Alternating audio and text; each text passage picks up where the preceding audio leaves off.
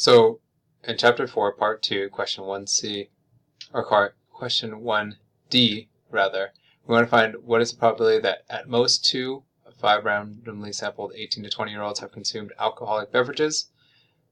So what we have to do is we have to find the probability that 0 have, probability that 1 has, and probability that 2 has, and add them together. There is an easy way to do this, and I'll show you that right at the end.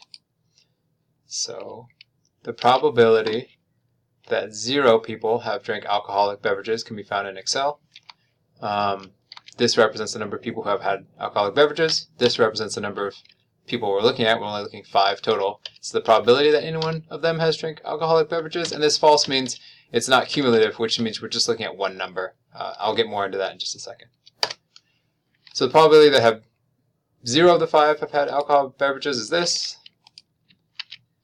Probability that 1 out of the 5 has alcoholic beverages is that. And then the probability that 2 people, let's copy and paste, 2 people have had alcoholic beverages is that. And so to find the answer, which is we really just want to know the probability that x is at most 2, so less than or equal to 2.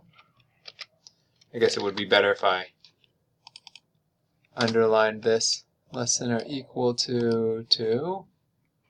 There we go. We're just going to add these 3 together. So I'm just going to type in sum all of these things, and it'll tell me what the total is. So this is, it's about a 16.77 or 71% chance that less than or equal to or at most 2 people have had alcoholic beverages. Like I said, there's an easier way of doing this. Instead of using the probability density function, we can use the cumulative density function and get the same probability in Excel. I'm going to hit equals. I'm going to take this, no, I'm going to hit equals, I'm going to type in binomial.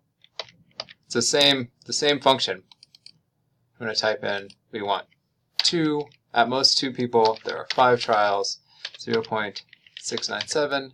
But now when it says cumulative, I want to hit true. And so now what this is doing for me is it is finding the probability of 0 people drinking, 1 people drinking, 2 people drinking, and it's adding them together for me. So I'm going to hit enter. And we get the same value each time. You can find these in your calculator one at a time. You can find them by hand if you want to. Let me know if you have any other questions. Thanks.